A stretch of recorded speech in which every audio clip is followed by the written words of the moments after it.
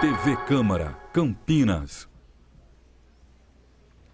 Olá, mais uma vez bom dia para você que nos acompanha pela TV Câmara Campinas. Nós voltamos a falar ao vivo aqui do plenário José Maria Matosinho, onde hoje e também amanhã está acontecendo o Seminário de Inovação em Governo. São um ciclo de palestras promovidos pela Prefeitura de Campinas, em parceria com a Câmara Municipal por meio da Elecamp, a Escola do Legislativo Campineiro.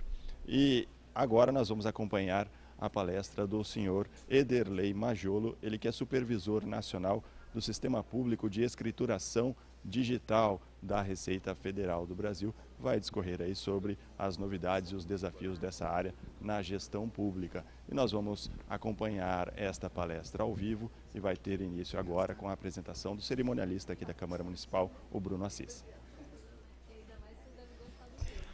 Voltamos agora então com a segunda palestra desta manhã, com o tema Sistema Público de Escrituração Digital, Novidades e Desafios, com o senhor Ederlei Majolo. Nosso palestrante é auditor fiscal da Receita Federal do Brasil, graduado em Direito pela Universidade Federal do Paraná, graduando em Contabilidade pela FIPECAF, Legal Law Master em Business e Law pela IBMEC, foi membro da equipe de especificação e desenvolvimento do Sistema Público de Escrituração Digital, o SPID, nos sistemas da Escrituração Contábil Digital, ECD, e Escrituração Contábil Fiscal, ECF. Atualmente, exerce a função de supervisor nacional do SPID na Receita Federal. Trabalhou por 15 anos na iniciativa privada com projetos de tecnologia da informação. Fiquem agora então com o nosso palestrante, Ederlei Majolo.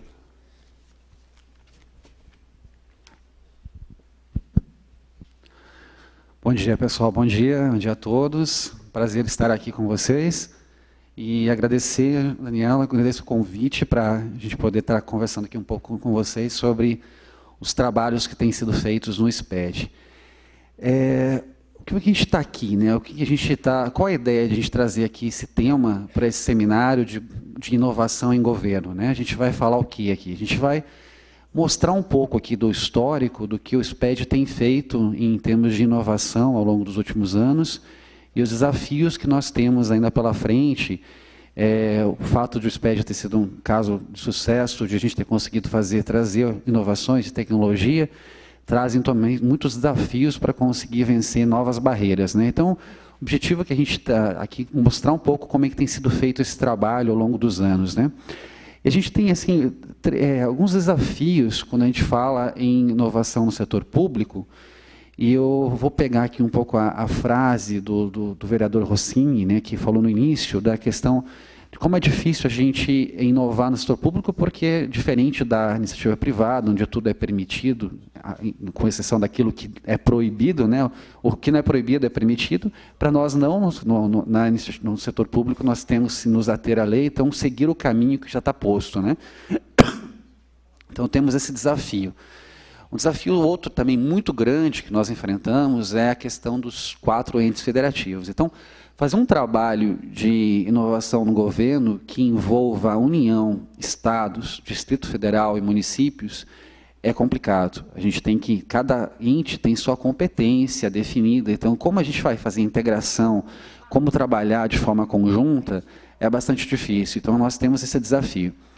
E especificamente quando a gente fala de administração tributária, nós temos um desafio além, porque a gente está falando de arrecadação tributária. A gente está falando do dinheiro que movimenta todas as políticas públicas, o Estado, que paga as aposentadorias. Então, qualquer inovação que a gente traga, a gente tem que pesar isso. A gente não pode... a gente tem que inovar, tem que pensar novas ideias, mas a gente tem que ter essa responsabilidade de não mexer com a arrecadação tributária de uma forma agressiva, porque qualquer queda de arrecadação com base numa forma diferente de prestar informações ou de apuração de tributos impacta o Estado. Então, esse é um desafio também que a gente tem que pensar e tem que levar em consideração. Então, o qual é os dois dilemas que nós temos? Nós temos que facilitar o cumprimento de obrigações pelo contribuinte, ou seja, o cumprimento que ele tem que prestar de informações e apuração de tributos, tem que ser facilitado, e ao mesmo tempo a gente não pode perder a integridade dos dados. A gente não pode dizer, olha, ok, você não precisa prestar tais informações, mas a gente precisa de vários dados para poder exercer a atividade de Estado de admissão tributária. Então, esse é um dilema, a gente tem que sempre esse contraponto entre o que nós precisamos para exercer a atividade versus aquilo que não extrapole e dificulte demais a vida do contribuinte, do cidadão. Eu peço aqui, eu sei que aqui é um público de diversas áreas, a gente vai, como o SPED está relacionado aqui de administração tributária, então eu vou acabar falando um pouco mais da área tributária, tá, gente? Mas também não vamos, mas de uma forma geral, trazendo aqui para vocês as ideias do que funcionou e da forma como você tem trabalhado nos últimos anos, com os seus acertos e erros, e o que isso nos traz para a gente poder trabalhar no futuro. Tá? Só um panorama do como nós vamos trabalhar aqui. A gente queria mostrar para vocês aqui um pouquinho da introdução, de como é que veio a ideia do SPED, como é que surgiu isso lá atrás, qual foi o comando legal que nos deu a instrução para seguir esse caminho, falar um pouquinho de tudo isso que levou à construção do sistema público de facturação digital lá de 2007 até hoje, como é que a gente tem trabalhado. Na sequência, aí vamos trabalhar um pouquinho com a contabilidade digital, que a gente chama ECD, né, Escrituração Contábil Digital, explicar um pouquinho qual é a mudança que, tanto mudança para apuração, a mudança tecnológica, mas uma mudança comportamental, né, um modelo de indução, aí, também a mudança comportamental, falar de escriturações fiscais e documentos fiscais digitais. Tá? Então, vamos falar um pouquinho do panorama de como nós estamos trabalhando em relação a isso. Tá? A gente tinha um cenário, até 2007, e isso só foi atenuado, mas ainda continua um pouco complicado, mas um cenário muito confuso a gente usa esse gráfico para demonstrar a quantidade de obrigações acessórias pedidas por vários entes federativos, às vezes por um mesmo ente federativo pedindo a mesma informação 2 vezes, de forma em momentos distintos, aí o contribuinte tendo que prestar para todos os entes federativos a mesma informação. Isso tudo era um emaranhado mesmo de situação. A gente tem esse cenário pré-SPED, que é o objetivo principal que a gente tenta resolver, né, com o SPED. Então, a gente tenta trazer e resolver. Só que não se soluciona isso de uma hora para outra. A solução ela é lenta, gradual, aos poucos, com responsabilidade, e a gente vai mostrando aqui o que a gente tem feito para poder chegar a esse resultado. Lá, a ideia, o princípio a gente coloca sempre com a emenda constitucional, né, de número 42, de 2003, e ela dá o comando legal para que a gente introduza esse modelo de cooperação entre os entes federativos, né? Ou seja, os entes tributantes atuem de forma integrada, com compartilhamento de cadastros e informações fiscais. Então, a gente tem um comando lá, a mudança com a emenda constitucional 42, fez essa alteração lá no artigo 37 da Constituição Federal, trazendo esse comando legal para que a gente pudesse fazer esse trabalho. E aí, logo na sequência, houve várias discussões nos âmbitos dos ENADES, né, para o encontro das administrações tributárias, estaduais, municipais, federal, e o decreto 6022, lá no início de 2007, cria o SPED, o Sistema Público de Escrituração Digital, e principalmente dizendo que tem que se unificar as formas, buscar unificar as formas de validação, recepção de dados, e fazer isso de forma eletrônica com utilização de chaves públicas, né? Então, ele traz isso a partir de uma tecnologia já presente lá nos 10 anos atrás, então dá instrução para que a gente siga esse caminho. Então, o 6022 foi falar sobre isso. E a gente trabalha, então, com essas premissas desde então. Deixa eu só pegar aqui. A primeira o nosso trabalho é um trabalho de colaboração. Colaboração tanto entre os entes federativos, buscar a colaboração da União com os estados, municípios e Distrito Federal, para poder fazer soluções de formas conjuntas. É um trabalho de colaboração entre os órgãos federais e estaduais também, ou seja, é um trabalho da Receita Federal junto com outras autarquias federais ou com outros órgãos da administração direta federal, como é o caso do ex-Ministério do Trabalho, atualmente Secretaria Especial de Previdência e Emprego. Nós temos também essa colaboração com os contribuintes. E aí inaugurou-se uma nova forma de trabalhar as informações. A paradigma anormal da administração tributária sempre foi de imposição, de dizer, olha, eu preciso de tal dado, a partir disso cria-se uma obrigação acessória e pede tais dados, e fala, eu preciso dessa informação. Com o surgimento do SPED, o princípio da colaboração é que a gente atue de forma conjunta, verificando o impacto disso na sociedade. A administração tributária ainda tem a prerrogativa de pedir os dados que ela entende necessário para fazer ser a sua função. Mas não pegar o contribuinte de surpresa começou a ser um trabalho, uma premissa muito forte. Então, nós temos dentro do SPED, a gente chama de grupos de empresas piloto, que assinam um termo de um convênio conosco, né, então, um termo de cooperação, e começam a trabalhar junto conosco para verificar testes e homologar soluções. Então, nós, normalmente, hoje, ao fazer uma alteração, a gente já solta uma minuta, deixa pública uma minuta, uma ideia de como a gente está querendo fazer dessa forma, mudar ou pedir uma informação de forma diferente. As empresas fazem as suas críticas, as empresas do grupo piloto são chamadas, apresentam as críticas, nós revemos a situação a partir dessas experiências, e a gente vai fazendo, depois faz a implementação, homologação de um sistema novo, junto com as empresas, só então para colocar eles em produção, ou seja, para ser obrigatório. Então, é um processo contínuo de tentativa de solução, de construção coletiva, né? Então, hoje, as premissas do SPED são, a principal premissa é de colaboração, não só entre os entes, mas entre a administração tributária e os contribuintes. Outra premissa que a gente trabalha é a inovação. A inovação é trazer soluções tecnológicas novas, né? O que temos de tecnologia e como nós podemos utilizá-la. Então, isso eu vou mostrar para vocês daqui a pouco. A gente está utilizando ideias lá de 2007, a gente usa algumas tecnologias e estamos pensando em soluções, adotando novas tecnologias, adotando novas soluções, sempre com vistas a facilitar essa prestação de informações. Tá? Então, a gente está sempre olhando o que tem de inovação e aplicando ela para o SPED de uma forma responsável. E a ideia de simplificação, que é algo que permeia o sistema tributário, hoje é um discurso muito presente, né, no nosso país, a ideia de simplificar. E a gente aqui trabalha com a ideia de simplificar mesmo. A gente quer diminuir a quantidade e integração o máximo possível que a gente consiga. E aqui é importante frisar que a gente trabalha dentro do SPED com a legislação posta, né? Então, a legislação tributária ela é complexa, ela é muito complexa. Então, quando você soma as legislações dos entes federativos, ela é muito difícil de ser cumprida. Isso é um caminho que deve ser visto, é algo que o Congresso hoje está trabalhando, está analisando, o Ministério da Economia também, propostas de solução de melhoria da legislação tributária. Só que o SPED ele vem para facilitar o cumprimento da legislação que já existe, né? Então, dado que a legislação já existe, que ela é complexa, como fazer para facilitar o cumprimento dessa obrigação?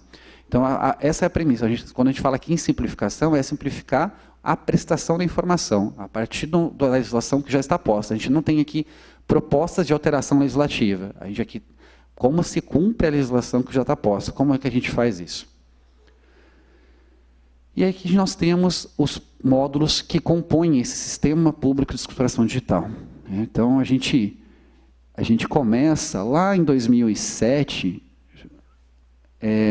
na verdade, um pouquinho antes de 2007, já começou a ser desenvolvida a nota fiscal eletrônica, que é uma solução de uma parceria muito grande entre os estados e a União para a construção de uma solução de nota fiscal eletrônica. Hoje, isso já tem mais de 10 anos, 12 anos já, e hoje atualmente a gente tem cerca de 2,5 bilhões de notas fiscais eletrônicas emitidas, né? Então a gente tem, não é só a emissão, tem a nota, tem os eventos, né? Os eventos que são correções ou eventos que vão junto com a nota, isso vai para casa passando dos 3 bilhões, e a gente tem um repositório hoje guardando desses 12 anos de uma média de 2,5 bilhões, né, por ano. Então, é um número muito grande de notas fiscais emitidas e é uma base muito grande de dados.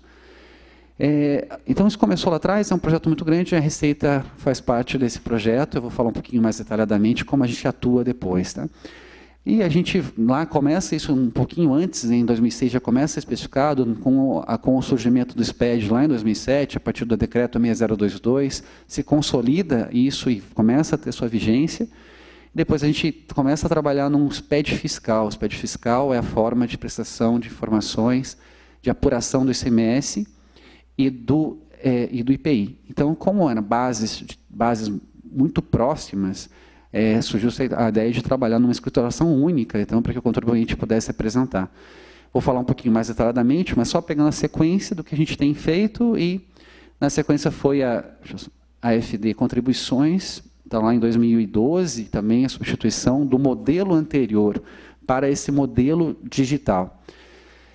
A gente começa com o documento fiscal, depois começa a trazer as escriturações que eram feitas de outra forma. Então, o ICMS tem suas formas de apuração, o IPI tinha formas de apuração, a gente tenta trazer isso para uma base única, uma escrituração única. A FD Contribuições, existia uma outra forma de prestação dessas informações, chamada DACOM, que era um outro de formulário, era diferente a maneira de prestar essas informações, a gente traz para essa base e tentando trazer para o mundo digital, ou seja, uma prestação de informações eletrônicas dentro de um formato.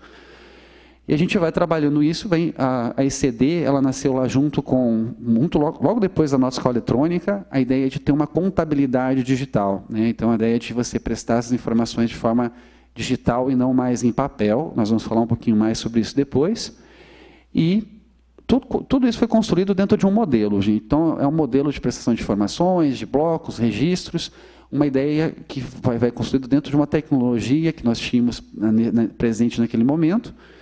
E quando vem a ICF, já em 2014, ela já usa essa tecnologia aprimorando algumas ideias de simplificação, como, por exemplo, a ideia de integração com a contabilidade. Então, a ICF ela nasce com a seguinte premissa: não vamos replicar dados que são prestados em uma outra base. Então, se o contribuinte já entregou a contabilidade digital, ele não precisa prestar aquelas informações de novo. A ICF recupera os dados da contabilidade digital e o que cabe ao contribuinte é fazer suas adições, exclusões, fazer os ajustes para entregar a ICF. Ou seja, ela trabalha de forma totalmente integrada com a contabilidade. Isso é de um modelo de escrituração que foi feito ao longo dos anos. Faltava uma base tributável, né, pelo menos para federal, que não estava aqui para apuração do formato do SPED, que era a contribuição previdenciária. E aí vem o modelo da FD Reinf e do E-Social, que precisava também trazer para esse mundo digital. Só que aí já foi, a ideia, como essa foi a última base, já tinha uma nova ideia de prestação de informações. E foi construído com outro modelo, com um modelo não mais encaminhar um arquivo TXT, padronizado, mas sim através de eventos XML, vou explicar um pouquinho depois, ou seja, transmitir isso através de eventos e depois isso já fazer integração com a declaração dos tributos posteriormente. Então, é um novo modelo que a gente gostaria de adotar para as demais escriturações, estamos trabalhando para, ou seja, a gente fecha o ciclo das escriturações e começa a adaptar as escriturações antigas para um novo modelo de prestação de informações mais integrado com os sistemas dos contribuintes. Tá? A gente tem ali em cima outros documentos fiscais também construídos junto com os estados em parceria, como o Nota Fiscal de Consumidor, eletrônica, né, que substituiu aquele cupom, que era o ECF antigo, né, hoje é o modelo Nota Fiscal de Consumidor, eletrônica, que hoje, se a gente se assusta com o número de notas fiscais eletrônicas na faixa dos 2,5 bilhões por ano, nota fiscal de consumidor tem um número cerca de 8 vezes maior por ano, né? Então a gente passa aí da casa dos 12 bilhões de notas fiscal de consumidor emitidas ao ano. O CTE, conhecimento de transporte, né? Então, e a gente tem esses documentos fiscais, o MDFE também, que quando é multimodal, tem mais de um CTE, a gente tem o caso do MDFE, e a nota fiscal de serviço eletrônica, que a gente vai falar um pouquinho depois, que é uma ideia de um módulo que não nasceu, que a gente está em construção ainda, que é uma ideia de uma integração das notas fiscais de serviço, vou mostrar um pouquinho o cenário para vocês depois. E a gente tem a central de balanços também ali embaixo, eu vou já falar para vocês sobre esse assunto. Vamos começar aqui sobre a ECD, e a gente a ECD vem lá de 2008 com a ideia de fazer essa mudança, exatamente de um monte de papel para um cenário digital. A ECD foi discussões de ANATs, né, das admissões tributárias, com a ideia de ter as informações para exercer a atividade fiscal, mas não precisar mais verificar tantos papéis e tudo, então para um modelo para poder entregar a contabilidade para a administração tributária. Foi definido um padrão, começa em 2008, começa a ser obrigado um número bem pequeno de contribuintes, e depois que vai se consolidando, a gente começa a obrigar outros contribuintes a entregar. Só que a gente viu uma mudança ao longo do tempo, uma mudança cultural, de alteração também, ou seja, o próprio contribuinte começa a ter sua contabilidade de forma digital, seus sistemas já estão muito padronizados no formato ECD e depois ele só entrega isso para o fisco. Então ele não precisa hoje adaptar a sua contabilidade a um sistema digital, ou seja, ele está fazendo em papel e depois tem que passar isso para o sistema. Não, normalmente hoje o contribuinte já está integrado todas as operações, isso vai para o sistema e sai num formato que é preciso ser entregue para o SPED. A ECD tem o que a contabilidade tem, o livro diário, o livro razão, balancetes diários em caso de instituições financeiras. E ele é isso, ele é a transmissão de um que é em papel para um formato TXT, dividido com dados especificamente localizados, divididos aí por um pipe, ou seja, para que o sistema interprete o que cada dado ele precisa olhar o manual. Teoricamente, teria que olhar o que tem que informar naquele campo, naquele momento, naquela linha, naquele registro. O manual está lá para o desenvolvimento. Só que o contribuinte não faz isso na mão, ele faz o sistema, o manual é voltado para o desenvolvedor de software, que adapta isso, e pega as informações e coloca num arquivo, gera um arquivo TXT, que pode ser transmitido, é validado no programa da ECD e depois transmitido. A gente tem, hoje, atualmente, cerca de 1 milhão de contabilidades entregues por ano, então, de empresas entregando a ECD. Nem todos os contribuintes são obrigados, alguns contribuintes do lucro presumido não precisam, e do simples também não são obrigados a entregar a contabilidade. Mas muitos entregam, mesmo não sendo obrigados, e já vou mostrar para vocês por quê. Porque o contribuinte, o modelo de funcionamento é um TXT, e depois vai no programa validador, assina, tem que ter assinatura digital do contador e do responsável pela empresa, dizendo que aquelas informações ele está assumindo a responsabilidade por aquelas informações e transmite isso para o sistema do SPED. E lá em 2016, um processo de evolução desse modelo, o decreto 8683 ele traz a desnecessidade de autenticar a contabilidade na junta comercial se você entregou ela para o SPED. Então, antigamente, a empresa tinha um custo, tinha que fazer a contabilidade, levar na junta comercial, agora dá um tempo para que a junta comercial validasse, autenticasse para ela ter validade. E transmitia para o SPED para fins fiscais e ainda para fins comerciais ela tinha que fazer essa validação. E a gente, em 2016, com o decreto 8683, desobrigou ela de ter que fazer a autenticação na junta. Então, transmitiu para o SPED, está validado, o sistema aceitou, está autenticado. E isso faz com que muitas empresas que não são obrigadas a entregar a ECD, prefiram transmitir para o SPED do que ir para a junta comercial e ter um custo para autenticação, aguardar um tempo para autenticação. Então, isso foi um grande indutor aí do processo de que as empresas passem a transmitir a ECD para o Sistema Público de Exploração Digital. Em 2018, teve um outro decreto, porque essa primeira era só para as empresas com necessidade de registro em junta comercial. E para as empresas com necessidade de registro em registro de pessoas jurídicas, ainda não tinha essa dispensa de obrigatoriedade de autenticação. Aí o decreto 9555 de 2018 veio também e completou. Então, hoje, qualquer empresa, se transmitiu a contabilidade, não precisa mais fazer o registro na junta e elimina esse custo, essa necessidade.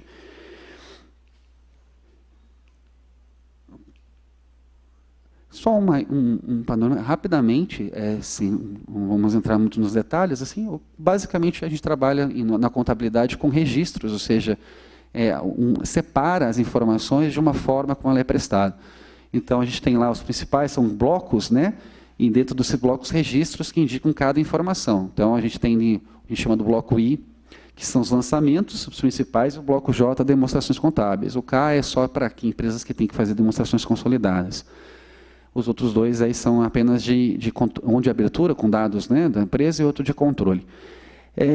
Então, o bloco I e o J, os principais, lá no I, então, bloco todos os lançamentos contábeis da empresa, então, está tudo lá, as informações, ela tem que prestar as informações, e no J, as demonstrações. A gente já tinha, obrigava as demonstrações, para as empresas fazer as demonstrações, DRE e o balanço patrimonial.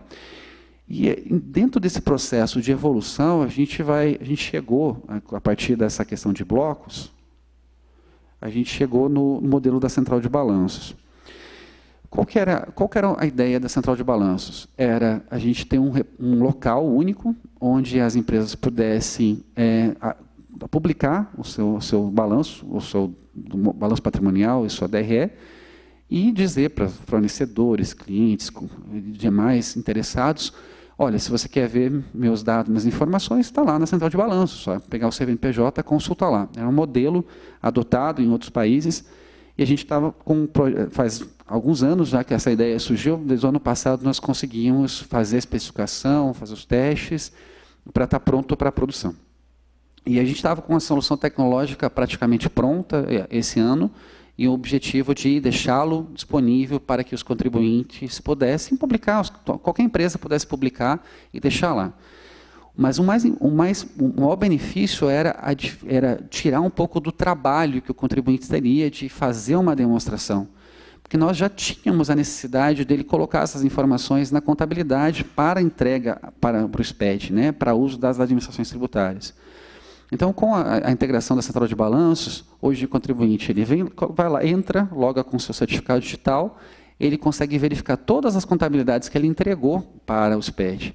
E ele pode só clicar e dizer, essa eu quero publicar a partir dessa contabilidade que eu entreguei, por exemplo, em 2018, em referente ao ano 2018, que entregou agora em 2019, eu quero publicar, dar um clique e automaticamente a central de balanços já puxa da contabilidade entregue e publica.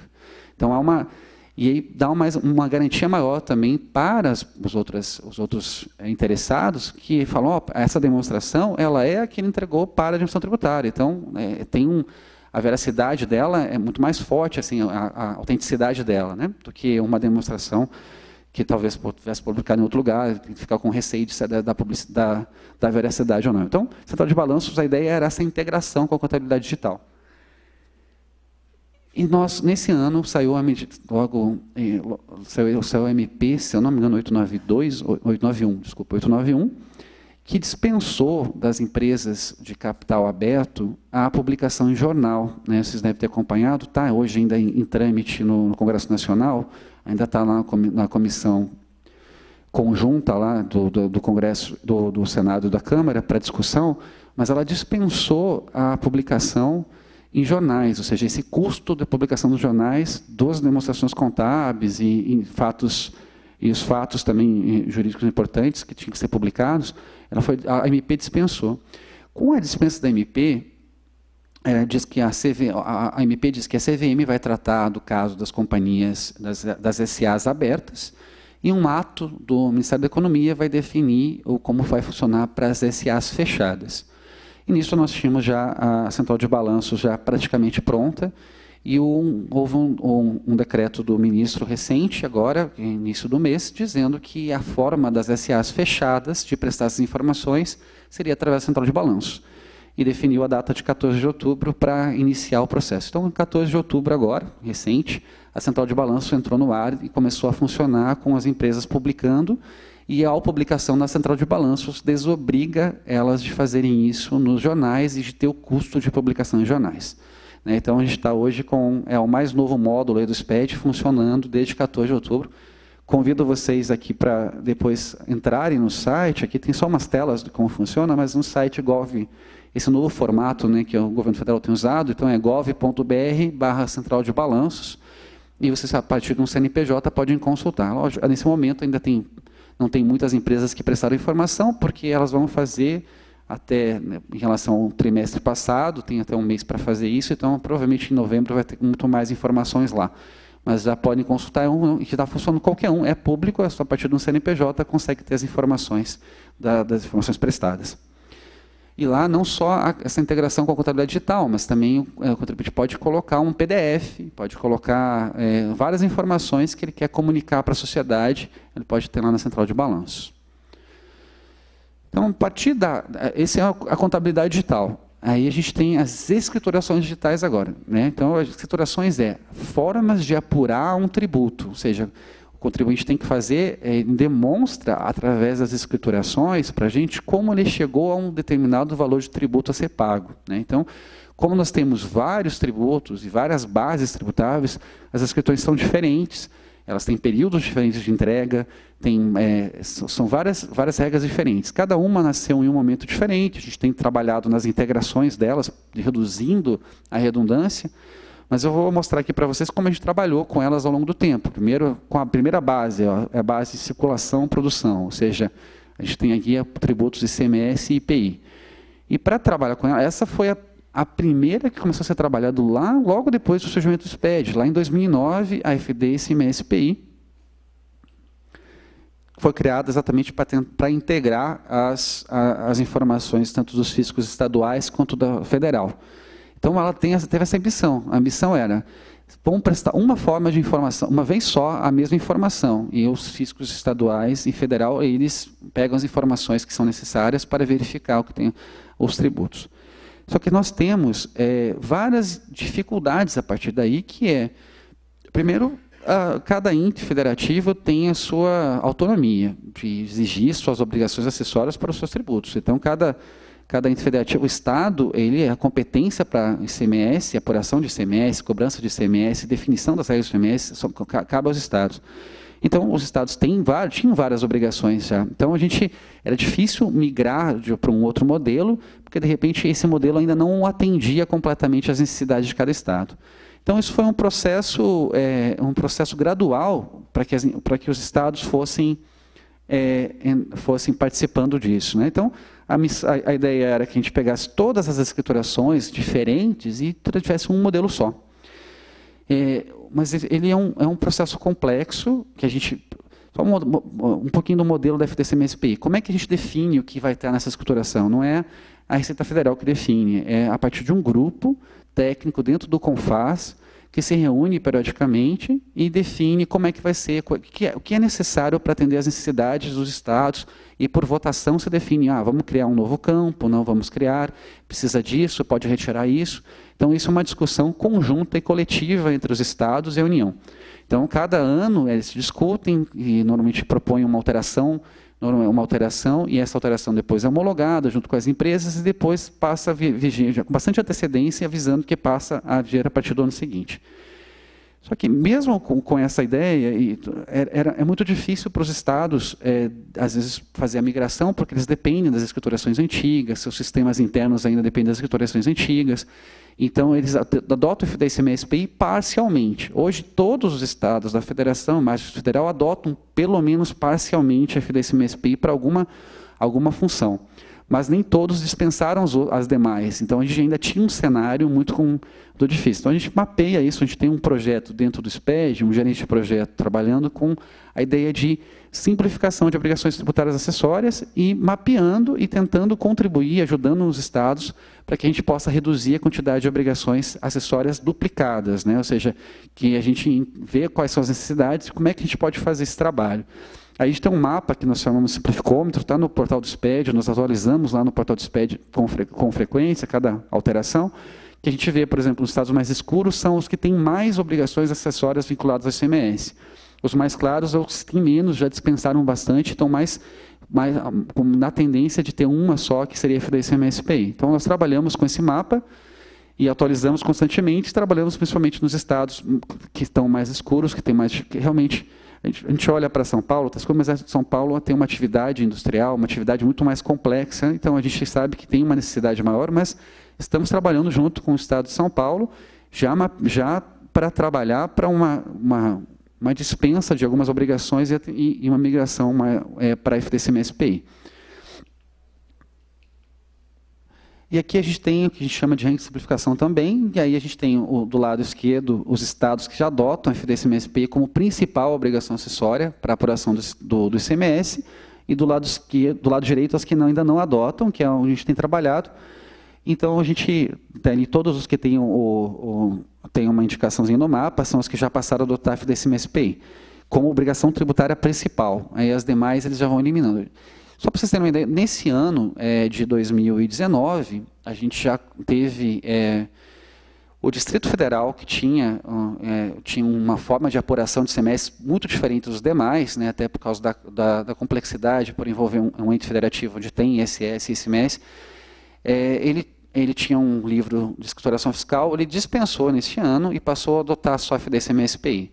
A gente teve uma dispensa também parcial lá no Piauí, de alguns contribuintes, para algum grupo de contribuintes, também passou a adotar a FDSM-SPI.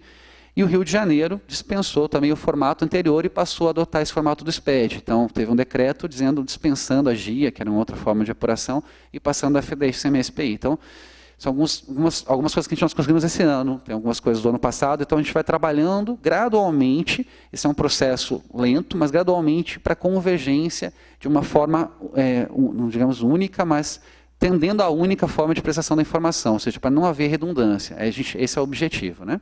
Então a gente tem trabalhado aí com esse amplificômetro, mapeando e conversando com os estados, entendendo quais são as necessidades para que a gente possa fazer isso. Então, outra escrituração, né, que a gente falou agora há pouco, fora a FDSM-SPI, que trabalha com essa base de circulação e produção, a gente tem a parte de receitas, que aí é a base de PIS e COFINS, e também foi uma migração lá em 2012 do modelo anterior para o modelo digital.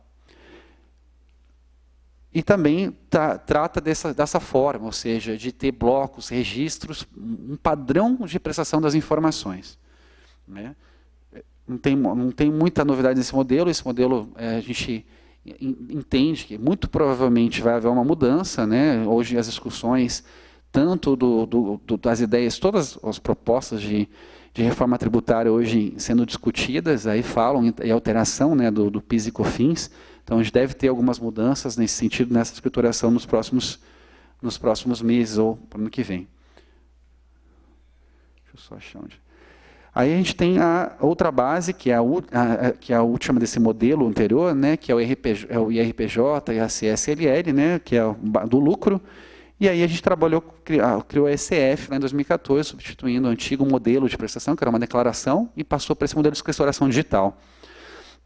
E aqui é importante que ele trouxe para esse mundo digital algo que era antes feito de uma forma de declaração manual, que era o ajuste que era o livro de apuração do lucro real, né? Ou seja, o LALUR e o LAX, que era feito adições e exclusões, hoje vieram para esse mundo digital, ou seja, você puxa os dados da contabilidade para a ECF, e a partir dos dados do resultado contábil, vai fazendo os ajustes, né? Ou seja, adições, exclusões ao resultado, de acordo com a legislação do imposto de renda, e a partir disso chega no resultado do lucro real para fazer o pagamento. Então, o que é a ECF? É a forma, demonstração de como se chegou a esse resultado. Mas a premissa foi criada a partir de não repetir as informações que já estavam na contabilidade. Então, você puxa esses dados da contabilidade e a partir disso faz ajustes, tá?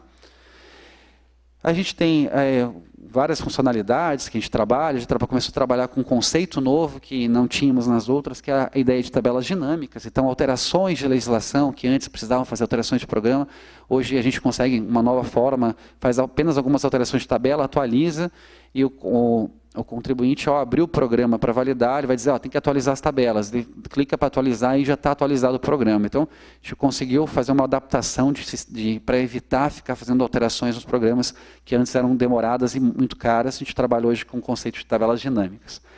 E eu só queria explicar um pouquinho só para vocês, olha, como ele é pensado, tá? Então, só um panorama bem geral aqui de blocos, muito mais blocos do que a gente tinha na ECD. Lá na ECD era bem menos, né? A gente só tinha lá de principal lançamentos das demonstrações, e quando a gente fala em apuração, aí a gente tem que pensar em vários cenários. Portanto, tem vários blocos? Tem, mas a gente tem que pensar na empresa que entrega ECD e a empresa do lucro real, aí tem que pensar na empresa que é do lucro presumido, que entrega ECD, e a empresa do lucro presumido que não entrega ECD, A gente tem que pensar nas imunes isentas, nas empresas de lucro habitado, nas empresas que pregam livro caixa, que adotam livro caixa. Então, tem várias opções aqui. Nenhuma empresa vai preencher todos os blocos, ela vai preencher de acordo com as suas características, né? Então, tudo isso é feito para que seja calculado, para adaptar para todo o cenário de empresas. E a gente tem ali, por exemplo, uma sequência, né? Se a gente pega os dados da contabilidade, a partir dos dados da contabilidade a gente faz um mapeamento de plano de contas, porque a gente tem assim, a contabilidade é livre, as contas que o contribuinte pode usar, o nome para cada conta é livre, a contabilidade é livre. Mas ao apresentar isso para o fisco, ele tem que apresentar isso de um formato padronizado, porque não dá para a gente ter, não dá para ficar toda uma informação de forma geral e aberta, né? Então, a gente tem um formato padronizado. Então, ele tem que fazer um mapeamento das suas contas para um plano de contas um plano de contas padrão, né, que a SF tem. Então, esse é só um modelo para vocês verem. Aí houve algumas outras obrigações, umas necessidades, por exemplo, o Brasil se adotou um modelo do BEPS, uma ideia do BEPS também de relatório país a país, que é uma informação para prestar para as outras emissões tributárias e também que o Brasil recebe de outras emissões tributárias, relativamente a uma empresa que opera em diversos países. O Brasil recebe, se ela opera aqui no Brasil, uma multinacional, ela opera aqui no Brasil, a sede, o local onde fica a sede, vai informar qual é as informações que ela prestou lá na sede. O Brasil faz a mesma coisa aqui, por exemplo, uma empresa que é uma multinacional do Brasil e está operando em outros países, o Brasil, a partir desse relatório país a país, ela informa as informações que recebeu dessa empresa multinacional para que os outros administrações tributárias verifiquem se a informação que está sendo prestada lá é condizente com o que ela prestou aqui. Isso faz parte de um acordo e isso tinha que ser feito de alguma forma em algum lugar. Houve uma ideia de integração e trazer isso para a SF, trazer para um lugar único, apesar de hoje não são poucas empresas que precisam fazer isso no país, mas está aqui também integrado, na mesma forma, junto com a SF.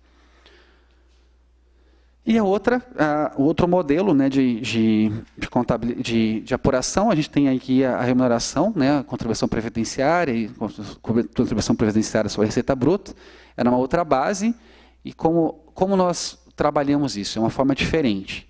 Então, o modelo que estava sendo atendido era formar um arquivo padronizado e transmiti-lo. O que acontecia? Os ERPs dos contribuintes, normalmente os próprios sistemas, pegavam os dados, transformava nesse padrão, gerava um arquivo TXT, esse arquivo TXT era validado num programa que a Receita Federal disponibilizava e depois transmitido para o SPED.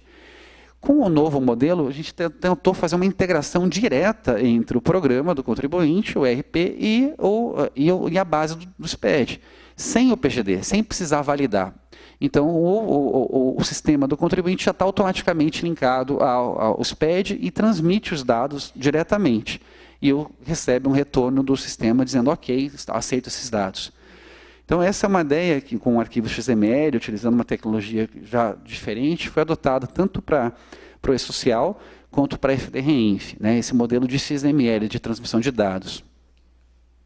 E aí, a ideia de integração, né, da empresa, software, ou seja, também a ideia do social que veio lá atrás era de integração dos dados que eram necessários, tanto para a Receita, a Caixa, a Previdência Social, o antigo MTE, o Ministério do Trabalho e Emprego, hoje Secretaria Especial de Previdência e Trabalho. Então, é uma integração de todos esses dados de uma forma única, transmitido de uma forma única, né? Hoje o social passa por algumas mudanças a partir da MP da Liberdade Econômica, no projeto de lei que converteu a lei, teve algumas mudanças do e-social, e logo em breve deve sair novas informações em relação a isso. Mas o formato de prestação de informação era exatamente você transmitir direto, os dados ficam lá, ao final do mês você valida aquelas informações e a declaração, que a gente chama de CTF Web, já está pronta, já com os dados que foram transmitidos, o contribuinte só valida ela para fazer a declaração dos tributos que têm que ser pagos. Então, é um formato diferente que também tem código de acesso, não só essa transmissão é pensada para um contribuinte maior e médio, mas também é pensado para o pequeno, então o pequeno contribuinte também tem sua forma de prestação via um portal de acesso. Tá? Se ele não tiver um sistema integrado, ele pode fazer essa informação, prestar essa informação via um portal de acesso. Uma forma que a gente tem trabalhado muito para conversar com o contribuinte e nós aprendemos muito com isso, é através do portal do SPED e principalmente através do Fale Conosco. A gente tem equipes hoje para todas essas explorações que nós estamos falando, a gente tem Fale Conosco, então muito contribuinte pergunta, e a gente vai respondendo, tentamos responder o mais rápido possível as informações que eles estão, como faz o preenchimento disso? Não entendi como faz isso, e a gente tem esse Fale Conosco. Nas escriturações anuais, o pico é perto da entrega, né? Então a gente tem lá esse CD que entrega no final de maio, o SF que entrega no final de julho, quando chega no último mês, assim, o pico é muito grande, e a gente coloca uma equipe especial para fazer essas respostas e tentando responder no mesmo dia as informações que são solicitadas, dúvidas de preenchimento sobre a escrituração. E as outras mensais, a gente tem pico perto da entrega, mas né, um pouco menos do que as anuais. Só que a gente tenta dirimir as dúvidas, vai apontando para o manual e vai atualizando o manual a partir das dúvidas que vão surgindo. Mas a gente aprende muito, né? Porque às vezes as situações fáticas são muito mais complexas do que a gente consegue imaginar, dificilmente o ser humano consegue imaginar todas as formas que acontecem no dia a dia. Então a administração tributária, ela tenta pensar de todas as formas, nós temos dentro das equipes de desenvolvimento pessoas muito experientes, mas nem sempre a gente consegue estar dentro imaginar todas as situações. E muitas vezes vem uma questão via Fale Conosco para nós, fala, olha, essa situação aqui é diferente, eu não consigo prestar essa informação, a legislação fala isso, e a partir disso nós fazemos alterações. Muitas alterações no programa são feitas a partir das informações que a gente recebe via Fale Conosco, que é um canal de comunicação com o contribuinte, tá?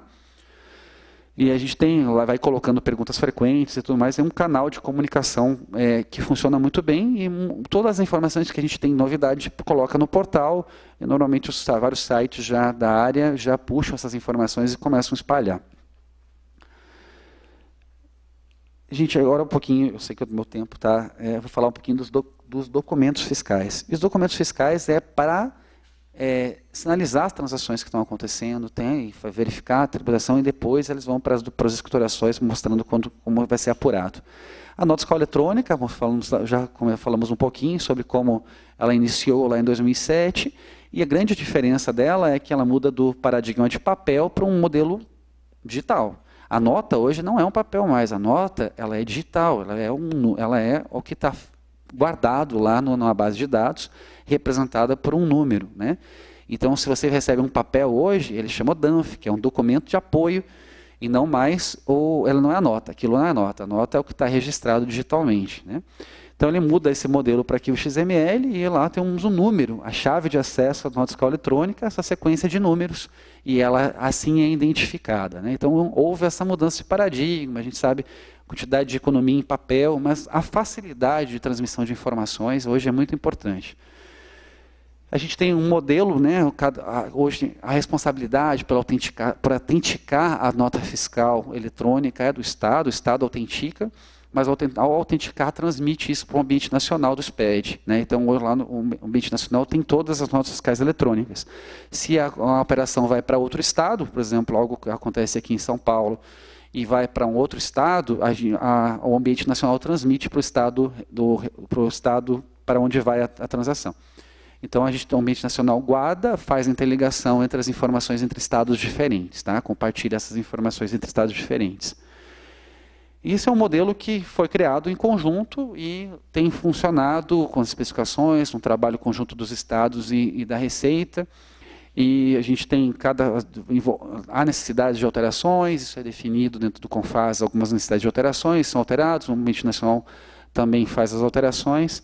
Nós autenticamos, o ambiente nacional está preparado para ser backup dos estados, né? Ou seja, tem estados que têm algum problema, a gente aciona o backup e o ambiente nacional entra para suprir isso. E hoje a gente emite um estado que usa o ambiente nacional, que é o estado do Maranhão, utiliza o ambiente nacional para fazer as autenticações. Os demais têm modelos próprios de autenticação. O nota fiscal eletrônica está funcionando, é um caso já de 12 anos funcionando, tem suas dificuldades, seus problemas, estão sendo resolvidos ao longo do tempo. Só que a gente tinha um cenário que a gente precisava tentar trabalhar, que é o nosso código de serviço. É um projeto que está em gestação, já há 3 anos. E qual que era o problema? Qual é o problema da nossa código de serviço? O problema que a gente enfrenta é um cenário no modelo da Federação Brasileira, com 5.570 municípios, que têm competência para escriturações, documentos fiscais, apuração do ISS, para fazer isso de forma diferente. Então, hoje, potencialmente, nós temos 5.570 modelos diferentes de nota fiscal de serviço, alíquotas diferentes para tipos de serviços iguais, softwares diferentes, declarações diferentes. Então, esse é um potencial. Hoje tem muitos municípios que usam nota fiscal ainda manual, tem muitos municípios que adotam nota fiscal eletrônica, cerca de 800 tem nota fiscal de serviço eletrônica, municípios, mas com padrões diferentes em cada município. E tem muitos municípios que não têm, nem administração tributária instaurada assim, dessa forma, vive de repasse, né, do Simples, repasse do FPM, e não tem esse modelo. Então, não consegue, não tem recurso para instaurar isso e começar a cobrar o ISS. Né?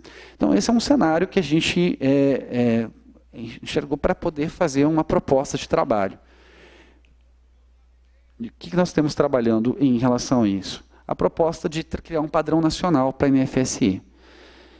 Esse é um projeto que está sendo trabalhado por vários municípios no país, junto com a Receita Federal, junto com a Abrasf, né, a Associação Brasileira das Secretarias de Finanças de Capital, junto com a CNM, para trabalhar, Confederação Nacional dos Municípios, CNM, para trabalhar nesse modelo há 3 anos. Há 3 anos a gente está trabalhando em cima disso, junto com isso, especificando, vendo as melhores práticas. Hoje temos uma solução tecnológica quase pronta, né, praticamente pronta para entrar em operação, mas basicamente a construção de um repositório e um emissor público. Né. A ideia do nosso serviço é criar um ambiente nacional de dados, ou seja, para estudos, para utilização também de todos os municípios, ter emissor público web, ter emissor mobile, ter um portal lá com as informações, uma Secretaria de Finanças Nacional, já vou explicar rapidamente, Web Service e Guia Única. O Web Services para que várias empresas que emitem notas fiscais, né, notas fiscais de serviço em grande volume, não precisa entrar no portal, ela pode fazer isso de forma automática, via Web Services. E uma Guia Única a ideia é a seguinte, uma empresa que trabalha em 100 municípios, hoje ela tem que acompanhar 100 legislações municipais, saber as regras, verificar as datas, acompanhar a legislação. A ideia do portal seria, o projeto ambicioso que teria uma guia única para que pudesse ser pago todos os tributos municipais em tudo, e a gente fizesse um portal, uma forma única de prestar as informações. Essa é a grande ambição do projeto. No entanto, o projeto ele é modular. Né? Assim, a gente tem trabalhado com os municípios de forma que cada um adote o projeto da forma como entende melhor as suas necessidades. Por exemplo, um município pequeno, ele faz totalmente isso. Ele usa o emissor mobile, usa todo o armazenamento de dados nacional, ele usa tudo que está fornecido. Um município maior, por exemplo, São Paulo, por exemplo, ele continuará autenticando suas notas, mas com o compromisso de transmitir as notas para o ambiente nacional, no formato do ambiente nacional, em contrapartida receber notas do ambiente nacional no formato do padrão nacional, e inicialmente só esse compartilhamento, depois pode ir adotando outras formas. Né? Então hoje a gente tem trabalhado com municípios menores, tem vários municípios pequenos e médios hoje, aguardando o projeto entrar em produção para que a gente possa adotar esse formato. Os municípios grandes, São Paulo, Rio de Janeiro, a gente tem Belo Horizonte, Curitiba, vários municípios que estão com a gente participando desse projeto e ajudando nas especificações.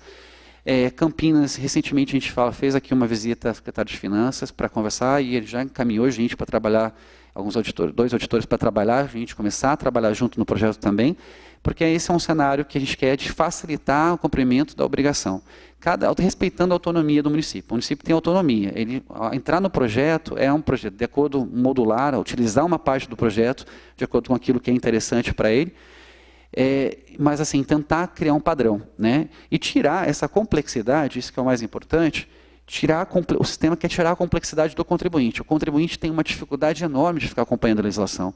Então, hoje, qual que é a ideia?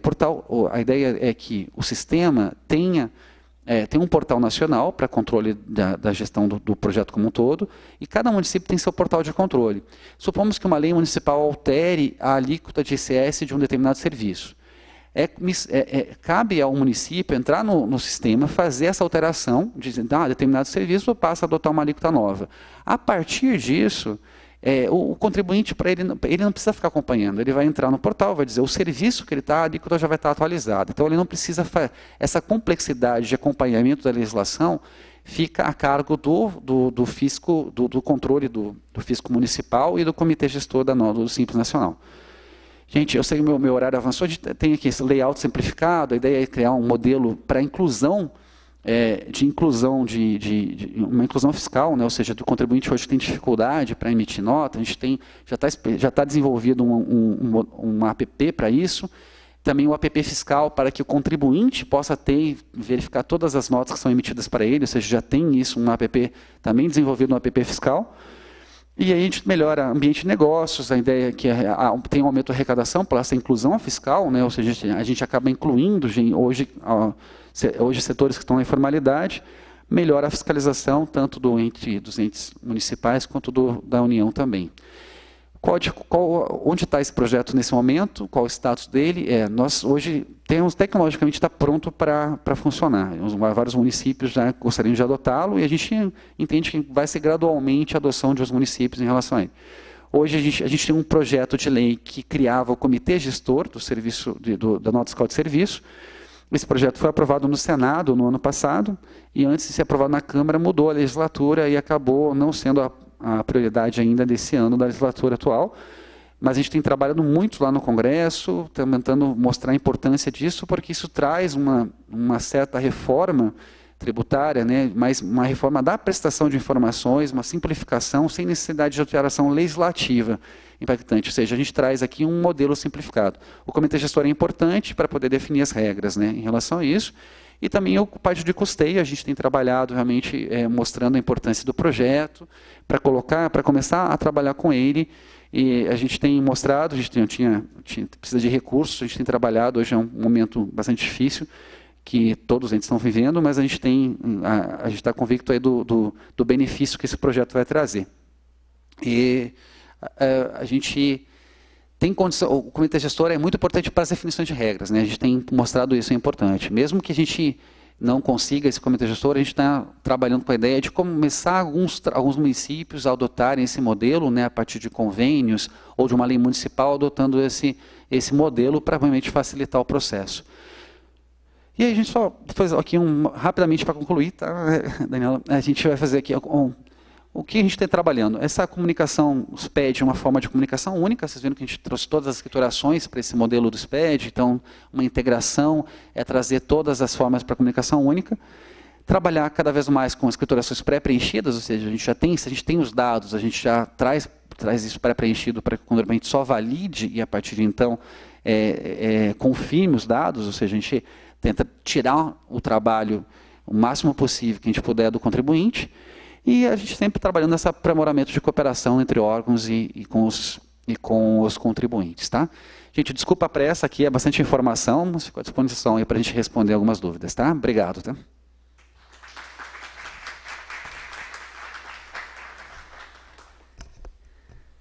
Nós agradecemos o auditor Ederlei Majolo e teremos tempos para perguntas. Não sei como vocês estão de horários, com os horários de vocês.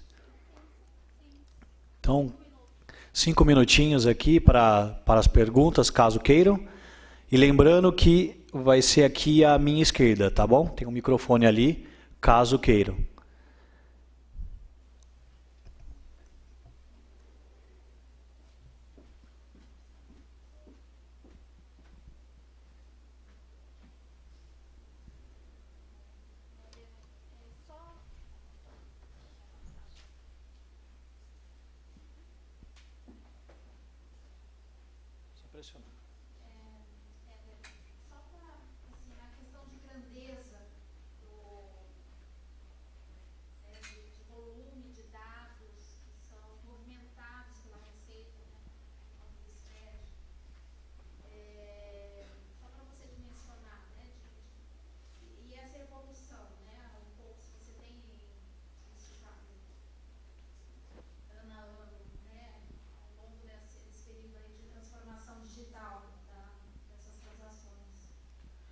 Sim, a gente a gente falou na nota fiscal eletrônica, por exemplo, são cerca de 2,5 bilhões por ano, né? A gente tem, mas isso foi gradualmente aumentando ao longo dos anos, né? Porque inicialmente eram só alguns contribuintes que eram obrigados, depois foi aumentando a quantidade de contribuintes obrigados, então a gente sai da casa dos milhões e vai para a casa dos bilhões assim ao longo desses 10 anos, né?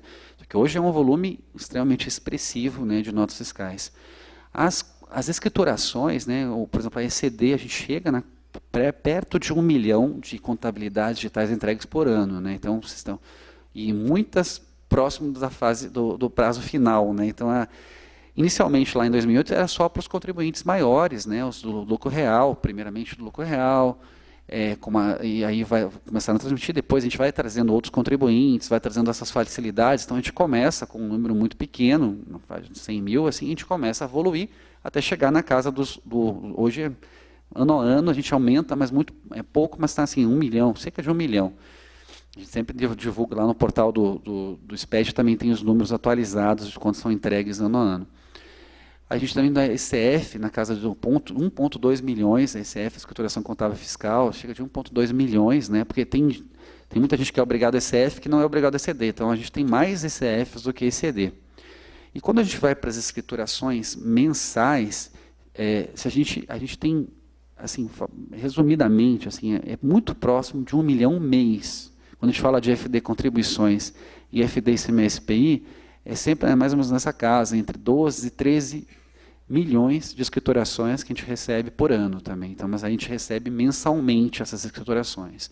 Então, é um número bastante elevado, né? Quando a gente fala da FD-REINF, né, que é a escrituração para apuração de tributos de contribuição previdenciária, o número a gente trabalha com eventos, né? São transmissões de eventos. Então, a gente pega essas informações, hoje que era uma escrituração, pega esse número de contribuintes obrigados e multiplica pela quantidade de eventos. Então, a gente tem na casa aí de 10 milhões de eventos de transmissão, assim, são bastante coisas mesmo, são muitos dados, né? Então, hoje o SPED é uma base de dados muito grande, né? É muita informação que está sendo transmitida, então é um sistema que tem essa capacidade de ter essa capacidade de processamento dessas informações e muitas informações, muitos contribuintes transmitindo isso num período muito curto, que é normalmente perto da data de entrega.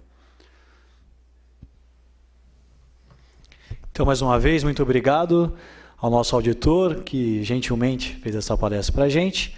Convidamos agora todos ao almoço e voltaremos às 13h30 com a palestra O Novo Perfil do Servidor Público com o professor Antônio Napoli. Bom almoço a todos.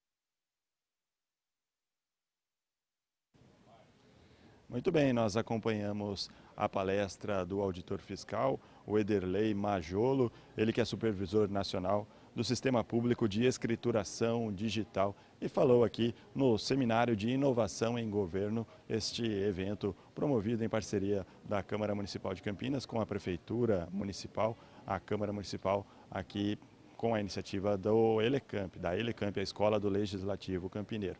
Para você acompanhar toda a programação deste seminário, que vai continuar no período da tarde e também amanhã, você pode acessar o site do Portal do Cidadão, é o cidadão.campinas.sp.gov.br. Lá você pode, inclusive, fazer a sua inscrição e vir comparecer pessoalmente aqui no plenário José Maria Matozinho, onde está sendo sediado este seminário. A entrada fica na Avenida Engenheiro Roberto Mangi, número 66, é o plenário aqui da Câmara Municipal de Campinas.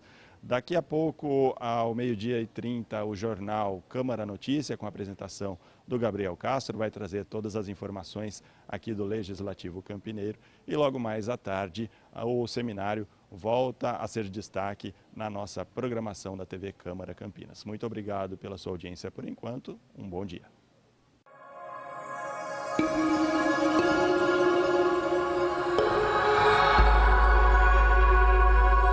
TV Câmara Campinas.